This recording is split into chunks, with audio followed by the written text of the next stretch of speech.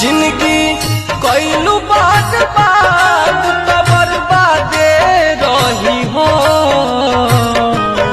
जवान दिल बाड़ दर्द दर्दिया याद रही हो जवान दिल बाड़ दर्द दर्दिया याद रही हो।